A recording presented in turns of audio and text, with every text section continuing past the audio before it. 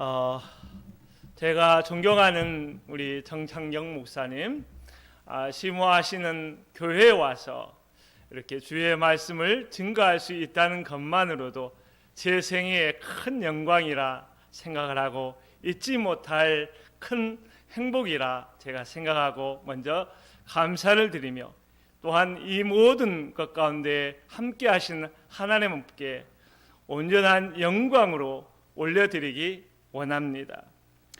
또한 오늘 말씀 가운데 성령께서 친히 역사하여 주셔서 강력한 임재 속에 우리를 변화시켜 주신 하나님의 기적과 우리를 새롭게 하신 그 은혜를 깊이 만나는 은혜의 시간이 되리라 믿습니다. 오늘은 성령을 따라라는 제목으로, 성령을 따라 행하라라는 제목으로 말씀을 나누려고 합니다. 16절 말씀에 내가 이르노니 너희는 성령을 따라 행하라, 그리하면 육체의 욕심을 이루지 아니하리라 라고 말씀하고 있어요. 저는 16절의 말씀을 갈라디아 교회 성도들의 질문에 대한 하나님의 대답이라고 보려고 합니다. 갈라디아 교회 성도들이 어떤 질문을 했기에 하나님께서 이와 같이 대답했을까 생각해 보면, 하나님, 어떻게 하면 우리가 육체의 욕심을 이루지 아니하는 믿음의 삶을 살 수 있을까요? 라고 질문하지 않았을까 싶어요. 여기에 대한 하나님의 대답으로 성령을 따라 행하라, 그리하면 육체의 욕심을 이루지 아니하리라 라는 응답의 말씀이 사도 바울을 통하여 주어졌으리라 능히 생각해 볼 수가 있어요. 그렇다고 한다면 여기에서 갈라디아 교회 성도들이 왜 이렇게 질문했을까 추정해서 생각해 보면, 갈라디아 교회 성도들이 예수 그리스도를 믿고 사는데도 불구하고 그들이 가지고 있는 옛날의 삶을 완전히 청산하지 못하고 있는 어려움을 겪고 있다고 볼 수가 있어요. 19절부터 보면 육체의 일에 대한 것들이 나오는데, 음행, 더러운 것, 호색, 우상숭배, 주술, 원수 맺는 것 등의 육체의 목록들에 대한 18개의 목록이 나오는데, 사실 이것들은 그들이 예수 그리스도를 믿기 전에 그들 가운데 있는 죄들의 목록이었어요. 그런데 예수님을 믿고 나서 이와 같은 죄들이 한순간에 다 없어졌을까요? 그렇지 않다는 거예요. 어떤 죄들은 쉽게 처리할 수 있었어요. 그런데 어떤 죄들은 정리가 되지 않았습니다. 그리고 어떤 죄들은 반복하는 죄들도 있었어요.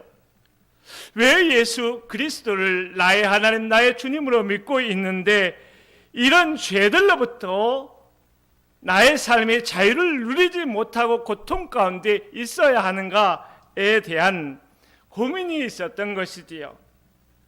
사실 이런 고민은 갈라디아 교회 성도들만이 아니라 우리도 함께 고민하고 있는 문제가 아닐까 생각을 합니다. 그래서 하나님, 어떻게 하면 육체의 욕심을 이루지 않는 믿음의 삶을 살 수 있을까요?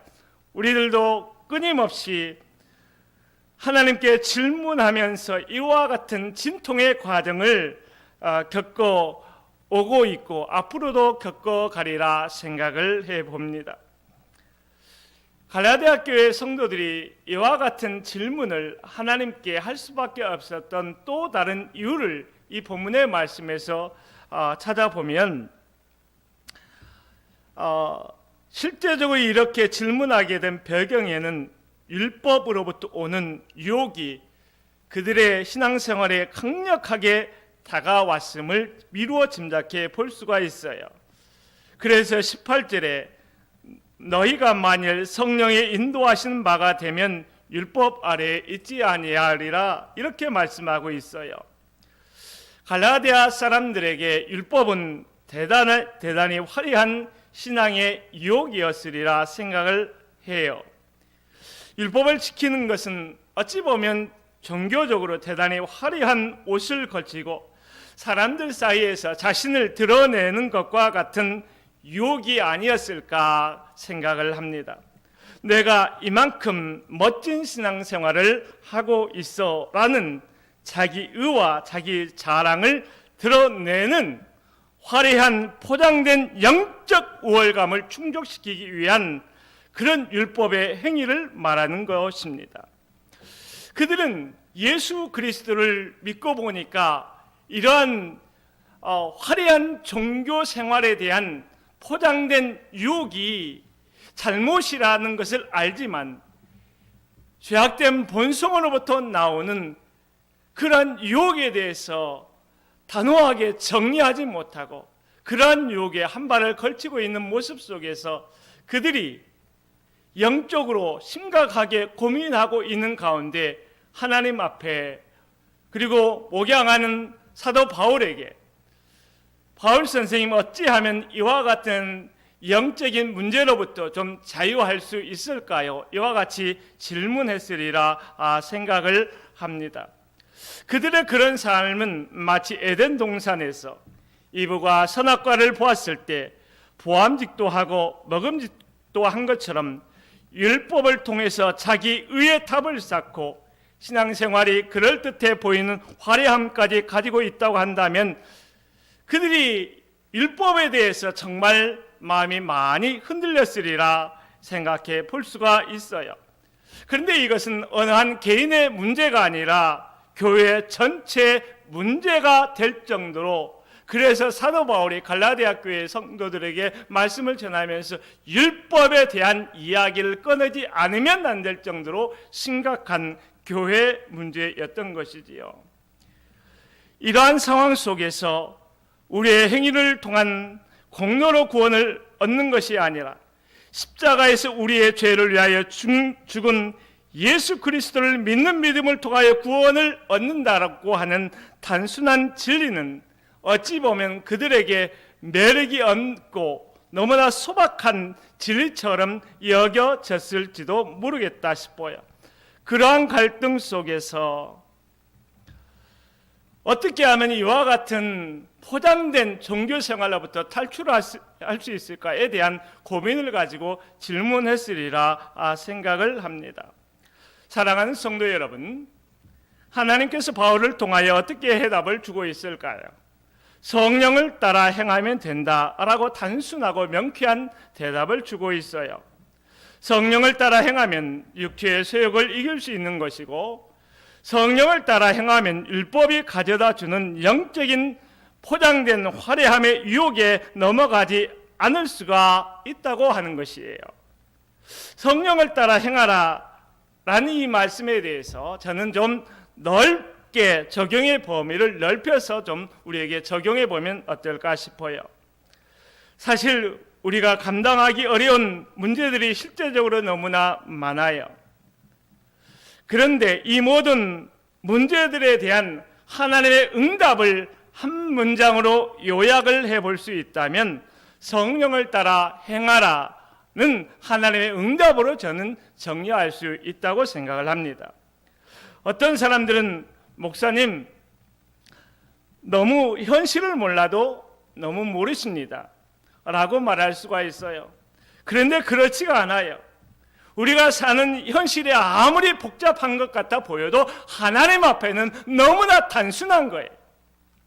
하나님이 문제를 단순하게 보는 것과 같이 우리들도 단순한 하나님의 응답의 말씀을 오로지 이 문제에 대한 해답으로 보았을 때 길이 열리고 우리가 믿음으로 반응하고 순종으로 반응하고 기적을 체험할 수가 있는 것이지요. 사실 우리가 사는 현실은 그 문제의 해답은 너무나도 성령 하나님의 일하심과 밀접하게 연결되어 있어서 뗄래야 뗄 수가 없어요. 사실 정확하게 애화가 될지 모르겠지만 제 이야기를 약간 덧붙이려고 합니다. 제 아들이 오늘 여기 함께 와 있는데 이 아들은 제가 여러 번 잃어버린 아픈 경험이 좀 있어요. 한 번은 전도사로 사역을 하고 있을 때 오늘과 같이 수요예배 설교를 하려고 전철을 타고 가고 있는데 아이 엄마에게 전화가 왔어요. 아이를 잃어버렸다는 거지요.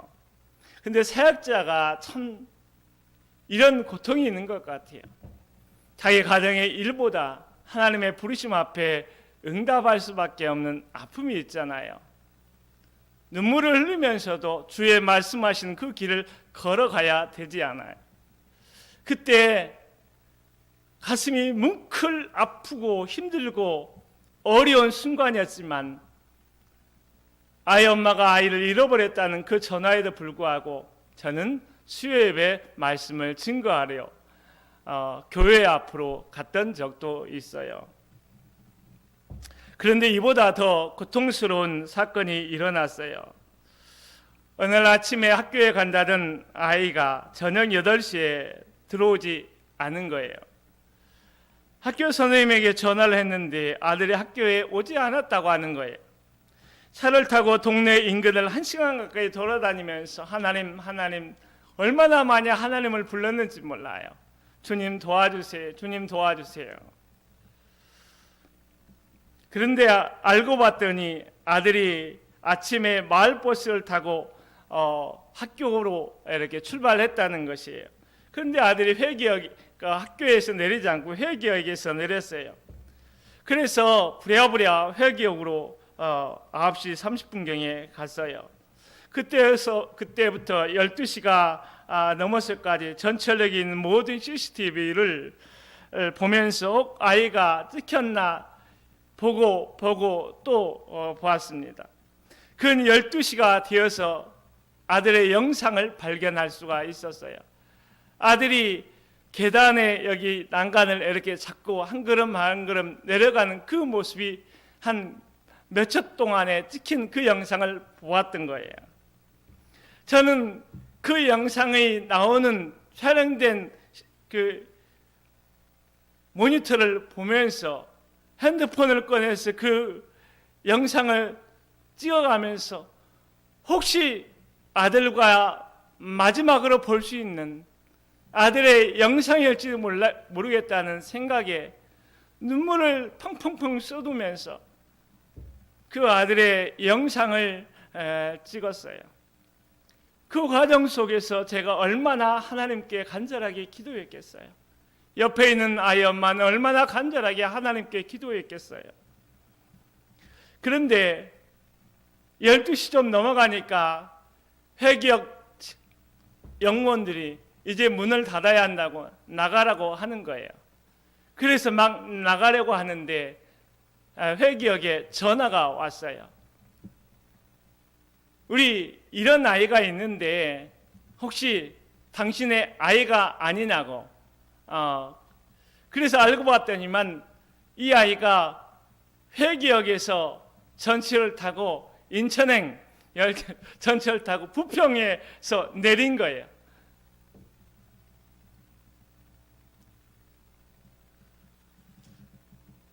이 아이가 저녁 어스름한 쯤에 마트에 있는 짤막한 짧은 그 문 앞에서 앉아 있었는데 얼굴이 온통 시커멓게 아마 변했던 모양이에요. 지나가는 경찰관이 좀 이상하다 싶었는지 이 아이를 데리고 경찰서로 간 것입니다. 그런데 놀랍게도 그 경찰서에는 여자 경찰관이 한 분이 있었어요. 근데 그분은 우리 아들이 다니고 있었던 휘봉고등학교 인근에 사는 그런 분이었어요. 그분이 아들이 휘봉고등학교 교복을 입고 있는 것을 확인하고 이 아이가 어떻게 여기까지 왔나라고 아이를 더 잡아두고 혹시 아이가 실종되었다고 신고가 들어왔나 여기저기 찾아보고 확인하고 연락이 온 것이었습니다. 사랑하는 여러분, 인간의 역사와 우리의 삶에 우연은 없다는 것을 잘 아시잖아요. 하나님의 일하심에는 우연이 없다고 한다면 아마 그 경찰관이 그곳에 있을 수밖에 없었던 이유는 하나님이 우리 신영이를 돌보고 신영이를 위해서 그분을 그곳에 놓아두지 않았을까, 그렇게 생각하고 보게 되는 것이죠. 이것을 보면서 나의 삶 속에 성령 하나님이 얼마나 풍성한 은혜 가운데 일하고 계신가를 볼 수가 있었어요. 사랑하는 성도 여러분, 성령 하나님께서 우리의 삶 가운데 시퍼렇게 살아계셔서 우리의 모든 삶을 가장 좋은 길로 인도하고 있음을 믿으십니까? 성령 하나님께서는 살아계셔서 주의 백성을 인도하시고 도와주심을 믿어야 합니다. 그렇기 때문에 믿음의 백성들이 성령 하나님의 인도하심에 순종하여 살 때 우리는 문제가 해결되고 거룩한 변화와 기적을 체험하게 되는 것입니다. 성령 하나님의 일하심의 범위에는 제한이 없는 거예요. 이 문제는 되고 저 문제는 안 되는 것이 아니라 우리 인간이 경험하고 있는 모든 문제에, 살고 죽는 문제에 이르기까지 모든 문제는 성령 하나님의 주관하에 있는 것이고, 성령 하나님께서 해결하실 때 온전한 최고의 해결이 되는 거예요. 그러므로 갈라디아 교회 성도들에게 하나님께서 사도 바울을 통하여 너희가 어떤 문제로 지금 고민하고 있니? 어떤 문제로 지금 밤을 못 새고 있니? 어떤 문제로 힘들어하고 있니? 너희가 어떠한 문제로 고민하고 어떠한 문제로 잠을 못 자고 아파하고 힘들어하더라도 너희가 성령을 따라 행한다면 너희 문제는 해결되어지고 너희 삶은 영적인 도약 거룩한 비상이 일어날 것이다. 이와 같이 말씀하고 있는 것입니다. 우리 삶에 대해서도 마찬가지예요. 사랑하는 여러분, 우리는 각각 사는 장소도 다르고 연령대도 다르고 경험하는 삶의 다양한 스토리도 너무나 많이 달라요. 그렇지만 어찌 보면 하나님의 응답은 단순하게 우리에게 올 수가 있어요. 오늘 말씀처럼 성령을 따라 행하라. 할렐루야. 따라서 해볼까요? 성령을 따라 행하라. 다시 한번 성령을 따라 행하라. 우리 아이들이 속을 썩일 때 어떻게 해야 하나요? 하나님 뭐라 대답할까요? 성령을 따라 행하라. 부부 사이에 갈등이 있어요. 어떻게 해야 하나요? 하나님이 뭐라 말씀하나요? 예, 성령을 따라 행하라. 일터에서 재정의 브레이크가 걸렸어요. 하나님은 동일하게 성령을 따라 행하라 라고 이야기를 하실 거예요. 그러면 우리 삶의 상황에 따라 성령을 따라 행한다는 것이 무엇인지 감동이 오는 대로 적용하고 나가면 분명히 해결되리라 믿습니다. 제가 이 말씀을 묵상하면서 생각나는 찬송이 있어요. 191장 내가 매일 기쁘게 라는 찬송인데 한번 같이 불러보면 어떨까 싶어요. 내가 매일 기쁘게 순례의 길 행함은 주의 팔이 나를 안보하며 내가 주의 큰 복을 받는 참된 비결은 주의 영이 함께함이라. 우리 반주에 맞춰서 한번 불러보면 좋을 것 같습니다.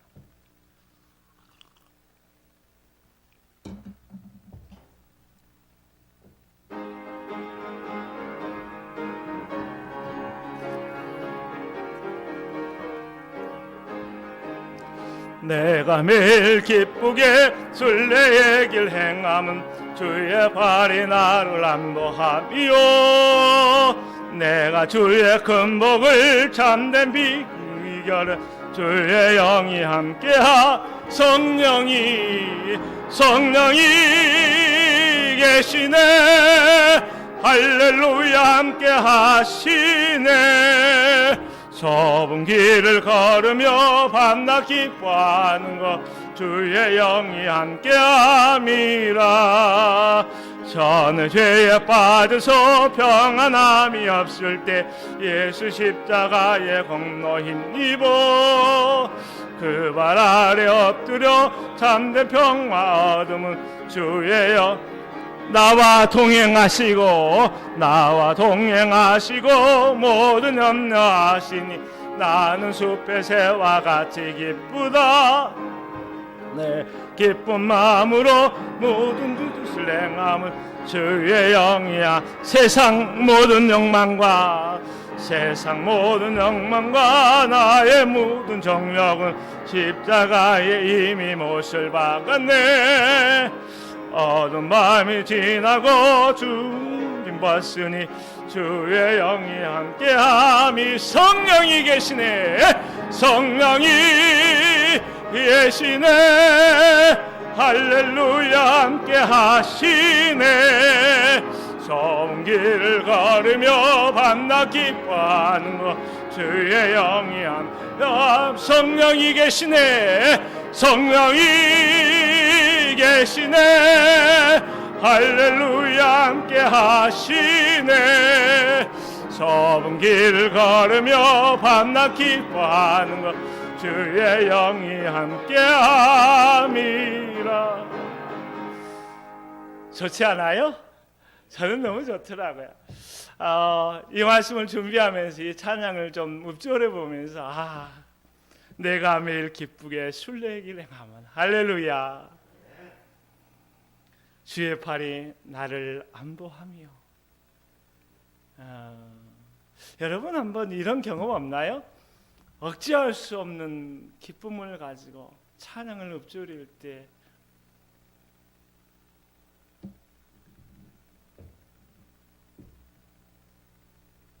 내가 주의 큰 복을 받는 참된 비결은 주의 영이 함께함이라.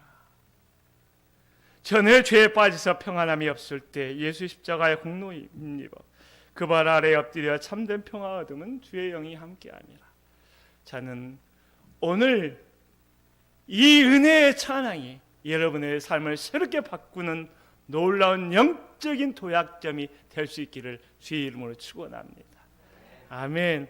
한번 불러보세요. 예배 끝나고 여기 영상으로 참여하는 성도들도 계시다고 하는데 예배 끝나고 한번 3번이고 4번이고 이 찬양을 한번 불러보세요. 그러면 우리 삶을 무섭게 짓누르고 있는 사단의 견고한 결박이 깨워지는 영적인 놀라운 기적을 체험하게 될 줄을 내가 주의 이름으로 선포합니다. 아멘. 성령께서 우리와 함께 하시고 우리와 함께 하시는 성령님과 함께 우리가 걸어가면 반드시 비상하게 되는 놀라운 은혜가 임하게 되는 것을 믿으십시오. 그러므로 오늘 이 시간 성령 하나님을 구하십시오. 성령 하나님을 의지하십시오. 성령 하나님께 항복하기로 결단하십시오. 성령님의 인도하신 대로 걸어가십시오. 성령 하나님께서 우리의 삶을 책임져 주실 것입니다. 성령 하나님께서 우리의 힘이 되어 주시고 우리의 걸음을 인도해 주실 것입니다. 그렇다고 한다면 좀 더 여기서 말씀을 한 걸음 더 깊이 좀 들어가 보죠. 성령을 따라 사는 삶을 살아내기 위한 더 구체적인 말씀으로 성령을 따라 우리가 살아간다고 했을 때 오늘 본문의 말씀은 우리에게 어떤 지침들을 주고 있는지 제가 3가지로 좀 정리를 해보았어요. 첫째는 성령을 따라 사는 삶은 치열한 영적 몸부림이라는 것을 우리가 인정하라는 것이에요. 둘째, 성령을 따라 살아가기 위해서는 끊임없이 내가 성령을 따라 살아가는지 아니면 육체의 소욕을 따라 살아가고 있는지 자기를 냉정하게 객관적으로 점검해 보라는 것이지요. 세 번째는 성령을 따라 살았을 때 일어나는 놀라운 기적이 무엇인지 상상하고 기대하라는 그런 말씀입니다. 첫 번째, 성령을 따라 사는 삶은 치열한 영적인 몸부림이라는 것을 인정하고 시작하라는 것이에요. 어떻게 성령을 따라 우리가 살아갈 수 있을까? 성령을 따라 사는 삶이 그냥 되어진다고 착각하는 사람들도 있어요. 아무 노력도 할 필요가 없다고 생각하는 사람들도 있지요. 성령님이 다 해주시니까 나는 가만히 있기만 해도 된다고 생각하는 사람이 있어요. 사실 구원에 관해서 우리가 주의 구원을 받아들이면 되는 것입니다. 우리가 아무것도 할 필요가 없어요. 그런데 갈라디아 교회 성도들은 율법의 영향을 받으면서 이 구원에 관해서 자신들이 무엇인가 해야 한다고 공언하기를 원하고 있어요. 그런데 더 큰 문제는 예수님을 믿음으로 구원을 받은 다음에 이제 다 끝났다, 아무것도 하지 않아도 되지라는 무책임한 태도를 보이는 것입니다. 정말 구원을 받아 하나님의 자녀가 된 이후에 아무 노력도 하지 않고 가만히 있으면 되는 것일까요? 아니지요. 성도의 삶은 치열한 영적인 전쟁과 같은 몸부림 속에서 살아가고 있는 것이에요. 17절 말씀에 보면 육체의 소욕은 성령을 거스리고 성령은 육체를 거스리나니 이 둘이 대적함으로 너희가 원하는 것을 하지 못하게 하려 함이니라 라고 말씀하고 있어요. 여기에서 육체의 소욕이라는 말은 16절에 나오는 육체의 욕심이라는 말로도 표현이 되고 있는데, 그것은 우리의 타락한 본성에서 나오는 모든 죄악된 욕구라고 볼 수 있어요. 우리가 예수님을 믿고 거듭났음에도 남아있는 죄의 본성을 말하는 것이에요. 그런데 성령께서 예수를 믿는 우리 마음 가운데 오시자 우리 마음 안에서 큰 싸움이 일어나게 되는 것을 육체의 소욕은 성령을 거스리고 성령은 육체를 거스린다라고 오늘 표현을 하고 있어요. 어떤 사람들은 예수님을 믿기 전에는 문제가 없었는데 어떻게 예수님을 믿고 난 후에는 더욱더 피곤한 일들이 많이 일어나는가라고 질문하는 사람을 볼 수가 있어요. 왜 그럴까요? 우리 안에 영적인 큰 싸움이 있기 때문에 그래요. 이러지도 못하고 저러지도 못하고 영적인 깊은 딜레마에 우리가 빠지는 경우가 의외로 많이 있다는 것이죠. 이러한 일은 특별히 누군가만 겪는 것이 아니고 모든 그리스도인이 겪는 일반적인 상황입니다. 성경을 보니까 사도 바울도 동일하게 영적인 이와 같은 현상을 겪어서 로마서 7장 15절에 나의 행하는 것을 내가 알지 못하노니 그 원하는 이것은 행하지 아니하고 도리어 미워하는 것을 행함이라 라고 말했고, 로마서 7장 24, 25절에 오라 나는 공고한 사람이로다. 이 사람의 몸에서 누가 나를 건져내랴. 우리 주 예수 그리스도로 말미암아 이런 말씀을 하고 있으면서 나는 죄의 법을 또 하나님의 법을 섬기고 있노라, 그런 이야기를 덧붙이고 있는 것을 볼 수 있어요. 사도 바울도 자신이 진짜 원하는 것을 행하지 못하는 좌절된 영적인 실패 경험이 무수히 많았던 것이에요. 그것을 보고 나는 공고한 사람이다, 그렇게 말할 수밖에 없었던 것이죠. 그런데 사도 바울만이겠습니까? 저에게도 예수 믿는 모든 사람에게도 이와 같은 고민이 있고 그렇게 살아가고 있는 것입니다. 그러므로 이것을 여러분 이상하게 생각하지 마십시오. 사도 바울도 이런 싸움이 있었고 저의 아내도 이런 싸움이 있었고 여러분의 아내도 이런 싸움이 있는 것입니다. 중요한 것은 우리 안에서 죄로 향하고자 하는 욕망이 있고 성령께서 감동을 주셔서 일으키는 거룩한 열망이 있다는 것을 그냥 받아들이고 인정하는 것입니다. 그리고 거기에서 끝나는 것이 아니라 치열하게 마음의 결단을 내리고 싸워가는 것이에요. 몸부림을 해야 한다는 것이에요.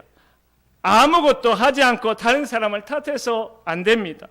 왜 나는 하나님 은혜를 주지 않느냐고 원망해서도 안 됩니다. 왜냐하면 싸워야 되는 것은 내가 싸워야 되는 것이에요. 목사님이 싸워주는 것이 아니고 내 아내, 내 자식들이 나 대신에 싸워주는 것도 아니, 내가 싸워야 되는 거예요. 내가 하나님께 도움을 구하면서 기도하면서 때로는 고민하면서 때로는 이 길이 맞는지 저 길이 맞는지 고민하면서 하나님의 인도하심을 기다리면서 세미한 음성에 귀를 기울이면서 싸워가야 되는 것이지요. 갈렙처럼 주님, 내가 이 문제를 예수 이름으로 정복할 수 있습니다. 믿음으로 도전하면서 뚫고 가야 되는 것은 하나님이 아니라 내가 해야 되는 거예요. 그것은 하나님의 일이 아니라 나의 일인 거예요. 우리가 싸우기를 결단해야 합니다. 죄의 욕망과 몸부림치며 싸우기를 포기하지 말아야 하는 것이죠. 그러면 성령께서 우리를 도와주시고 성령께서 우리와 함께 싸워주시고 우리는 능히 이 죄악된 문제들을 정복하고 이 문제들을 이기고 승리하게 된 놀라운 경험을 하게 될 것이고 우리는 영적으로 놀랍게 성장하는 디딤돌을 밟게 될 것입니다. 두 번째, 성령을 따라 살아가기 위해서는 끊임없이 스스로를 점검하는 과정이 있어야 된다는 것입니다. 우리가 죄의 욕망들과 몸부림치며 싸우기를 결단했다면 이제 다음 단계로 나가야 하는데 그것은 바로 우리 스스로 우리 자신을 객관적으로 점검해 보는 것이에요. 나는 아무 문제 없어 라고 자신만만할 때 어떤 일이 벌어질까요? 틀림없이 그때 우리는 넘어지고 미끄러질 수밖에 없는 상황으로 우리도 모르게 빠져들고 내몰려지게 되는 것이지요. 사도 바울은 19절에서 21절까지 우리가 우리 자신을 점검해 볼 수 있는 그리고 갈라디아 교회 성도들이 스스로 점검해 볼 수 있는 체크리스트를 소개하고 있어요. 19절에서 20절 말씀에 육체의 일은 분명하니 곧 음행과 더러운 것과 호색과 우상숭배와 주술과 온수 매는 것과 분쟁과 시기와 분냄과 당 짓는 것과 분열함과 이단과 투기와 술취함과 방탕함과 또 그와 같은 것들이라. 전에 너희에게 경계한 것 같이 경계하노니 이런 일을 하는 자들은 하나님의 나라를 유업으로 받지 못할 것이요. 여기에서 첫 번째로 주목해야 할 것은 육체의 일은 분명하다라고 하는 말씀이에요. 이 말은 육체의 일을 하게 되면 그것이 어떤 일인지 우리 자신이 분명히 알게 된다는 것이에요. 어떤 특별한 사람만 아는 것이 아니라 모든 사람이 그것은 잘못된 일이라 이것은 죄야 그렇게 말할 정도로 명백하게 알 수 있다는 것이죠. 그렇기 때문에 이것이 죄인가 아닌가 내가 고민할 필요가 없어요. 그래서 그냥 알게 되는 거예요. 두 번째 우리가 봐야 될 것은 오늘 성경이 말하고 있는 체크리스트를 한번 좀 보는 것이죠. 이 리스트는 네 가지 종류로 나누어져 있어요. 첫 번째 19절에 나오는 세 가지 단어, 육체의 일 중 성적인 분야와 관계되어 있는 일들이 있어요. 음행, 더러운 것, 호색, 이런 것들이 있는데 음행은 결혼하지 않은 사람과 성적인 관계를 갖는 것이고 더러운 것은 순례에 어긋난 성적 행위에 해당하는 것이고 호색은 무절제한 성입니다. 20절에 두 단어가 나오는데 우상숭배와 주술은 종교적인 면을 언급한 것이죠. 이것은 당시에 잡신들을 섬기는 것들을 말하는 거예요.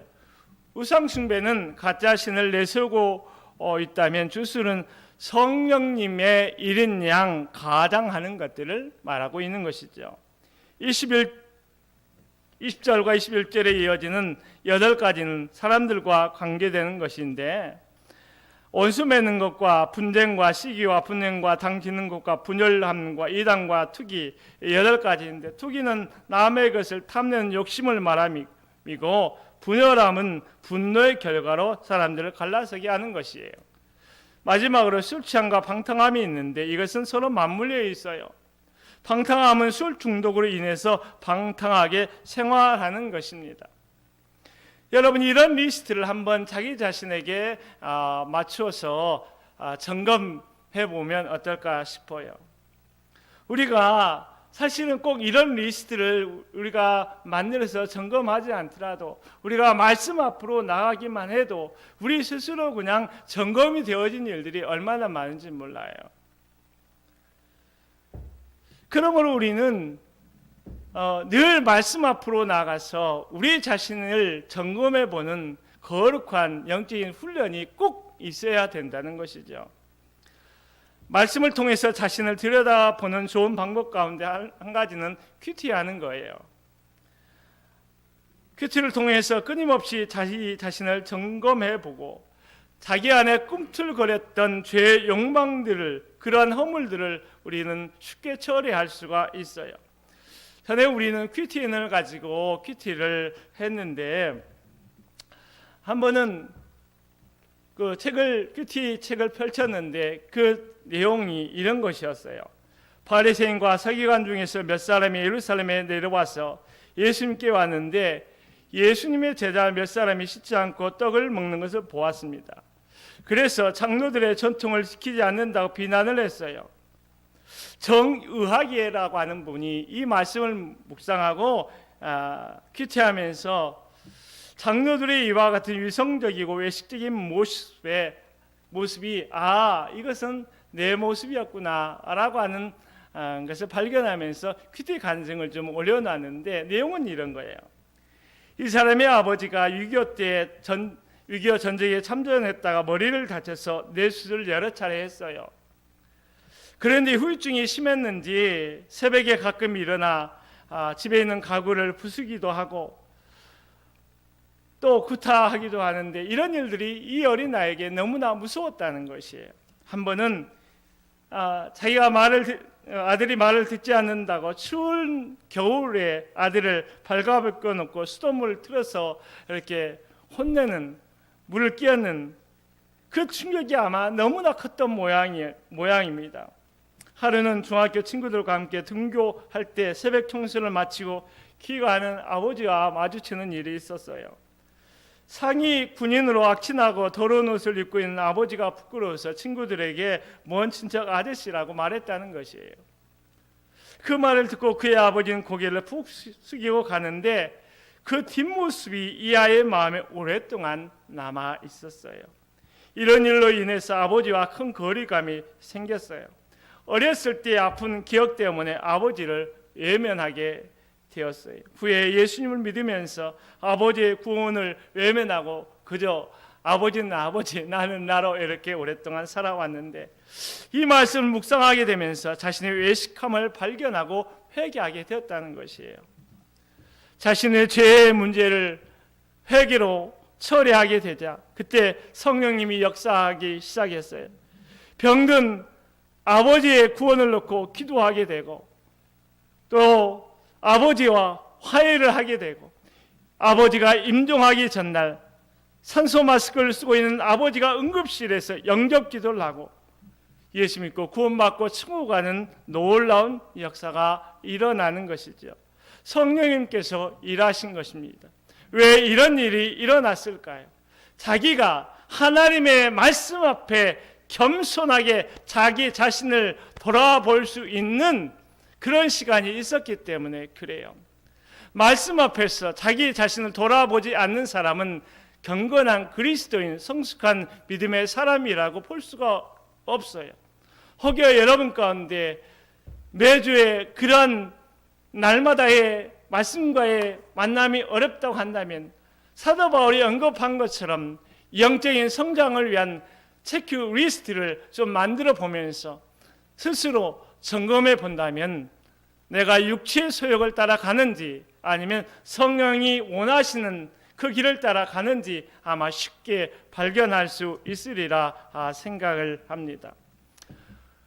우리가 사실은 코로나 상황이어서 예배로 이렇게 모이는 것이 쉽지가 않아서 참 많이 걱정이 되긴 하는데, 진짜 크리스찬들은 주일 한 번 예배 드리는 것으로 만족할 수가 없잖아요.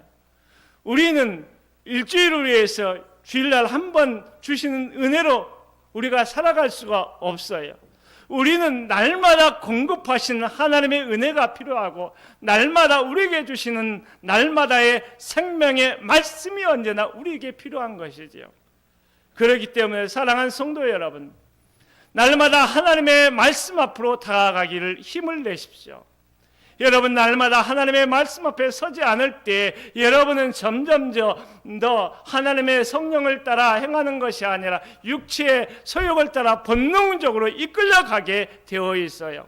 여러분 자신을 과신하지 마십시오. 여러분 넘어질 수가 있고 여러분은 예수 안에 실패를 경험할 수가 있어요. 그렇기 때문에 늘 겸손하게 말씀 앞에 서서 주여 이 무익한 종을 불쌍히 여겨 주옵소서.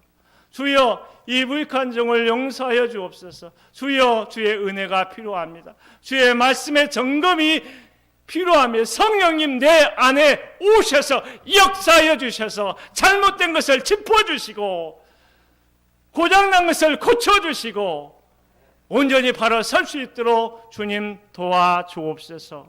이와 같이 자기 자신을 하나님의 말씀을 통해서 냉철하게 객관적으로 날카롭게 점검해 보는 그런 삶을 살 때에만이 우리가 성령을 따라 경건하게 성장을 경험하며 살아갈 수가 있는 것입니다.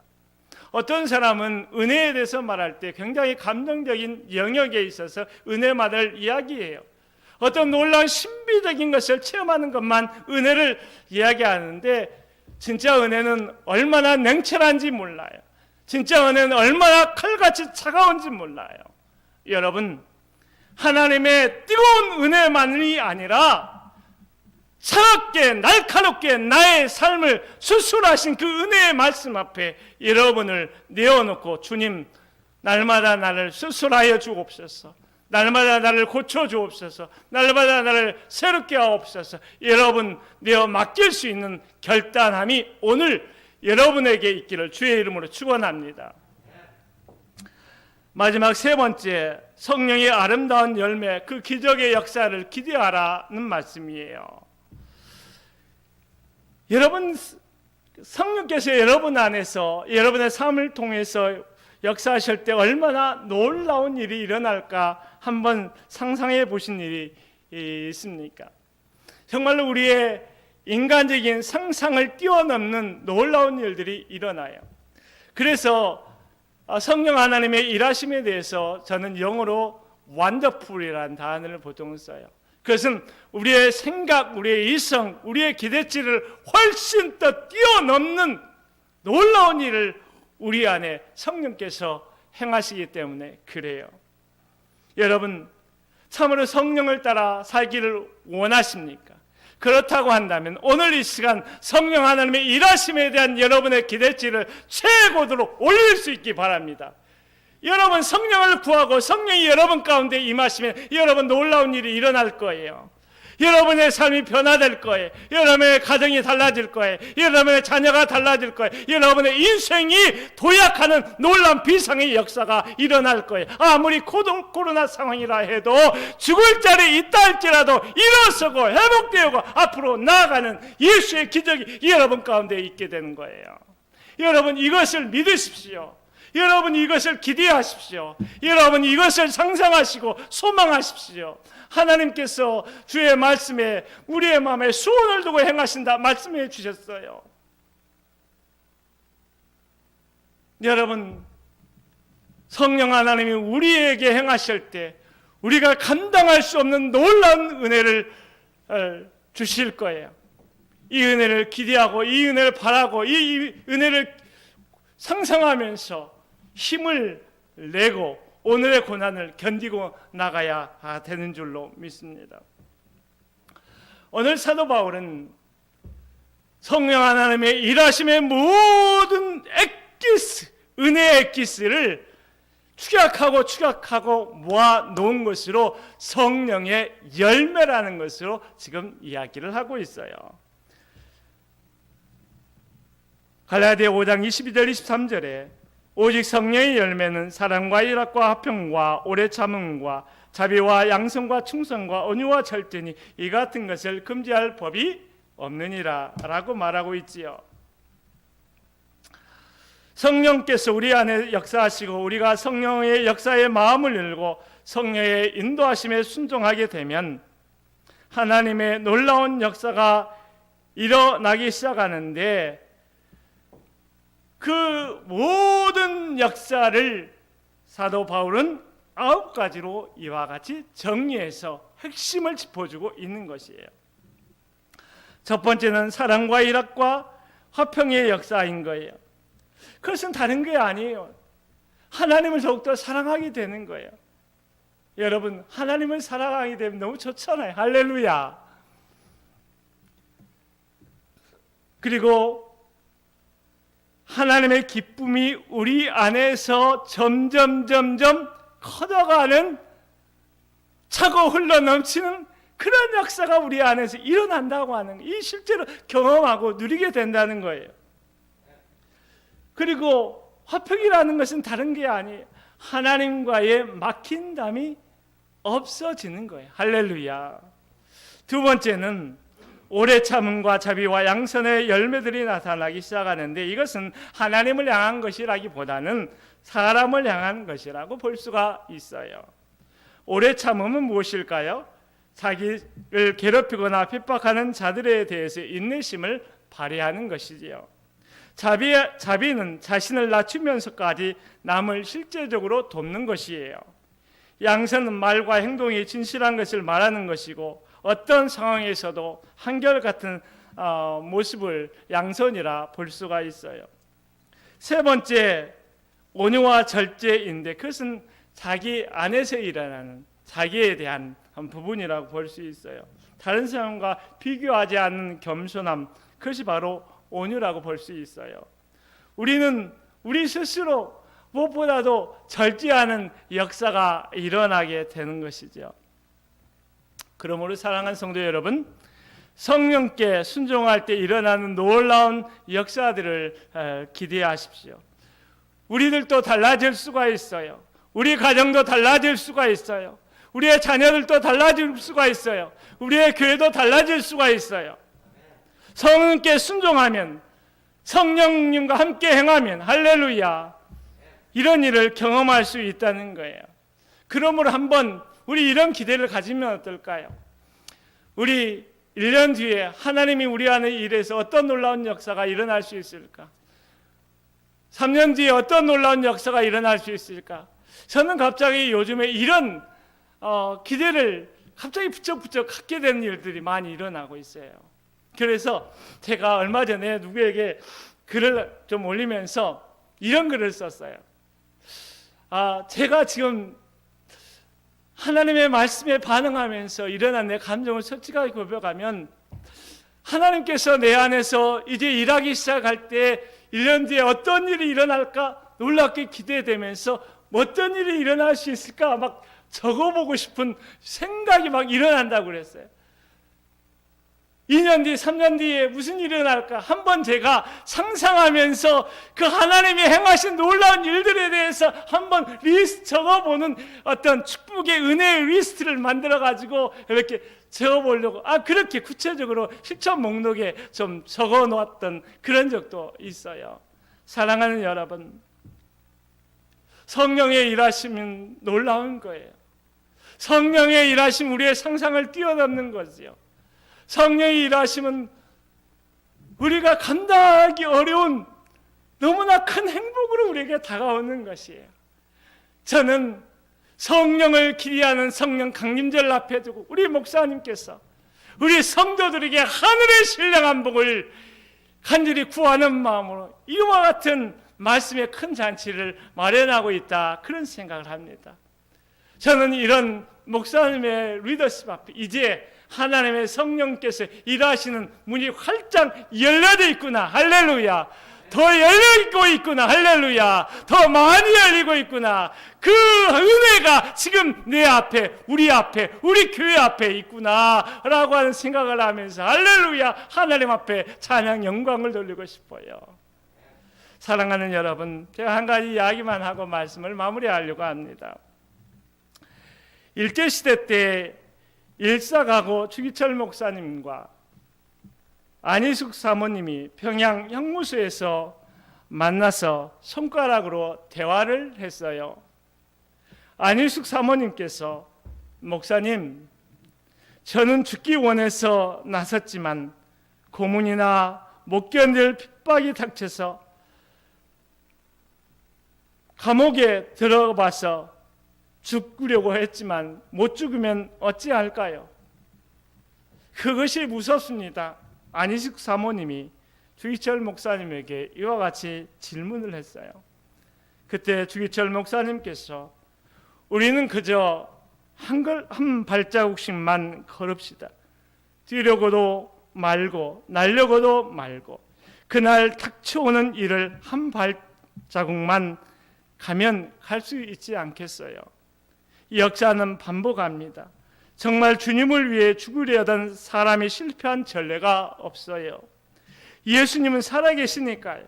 마귀는 큰 일을 하는 것 같이 떠들썩해도 결국 거꾸러지는 법이고, 믿는 자들은 다 죽어 없어진 것 같아 또 큰 힘을 빚어내고야 마는 법입니다. 저는 이 두 분의 대화가 참 감동으로 제게 다가와요. 이 두 분의 대화 속에서 느껴지는 솔직함, 주님께 대한 충성, 고난 속에서 따뜻하게 다듬어진 신앙의 인격, 그런 것이 하루아침에 만들어졌겠습니까? 아니지요. 날마다 성령께 순종하기 위하여 자신을 부인하고 주님을 따랐던 매일의 삶이 있었기에 가능한 것이지요. 사랑하는 성도 여러분, 오늘은 온전한 모습이 아니라 할지라도 우리는 날마다 성령께 마음을 열고 성령께 의존하고 성령님을 따라 삶을 결정하고 성령께 순종하며 나아간다면 언제나 이와 같이 우리의 삶을 빚어주는 축복의 주인공이 되지 않을까 생각을 합니다. 성령께서 만져주시는 놀라운 인생이 되지 않을까 생각을 합니다. 주의 이름으로 간절히 바라기는 새희망교회 성도들과 이 영상에 참여하는 모든 믿음의 백성들이 하나님을 사랑하고 주님을 사랑하고 오늘도 주의 사명을 감당하며 주의 십자가를 지고 가는 여러분이 오직 성령을 따라 행하는 그 삶의 한 걸음 한 걸음을 내디디면서 주님께서 일하시는 놀라운 역사를 기대하며 살아간다면 우리는 능히 하나님이 기뻐하시는 축복의 인생을 살아갈 수 있으리라 믿습니다. 기도하지요. 살아계신 아버지 하나님, 우리가 연약하고 부족한 것을 우리 주님이 너무나 잘 아십니다. 때때로 어찌할 수 없는 우리의 연약함 속에 육신의 소욕을 따라 행했던 죄된 모습도 허물도 있음을 이 시간 고백하고 회개하오니 주여 우리를 용서하여 주옵소서.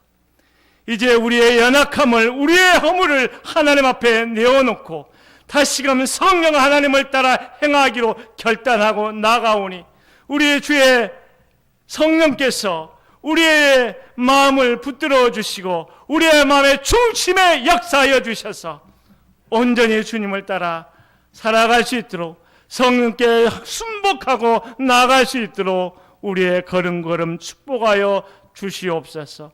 특별히 새희망교회를 하나님께서 은혜 가운데 인도하셨사오니 이제는 더욱더 하나님께서 기뻐하신 거룩한 교회로 분케하여 주옵소서.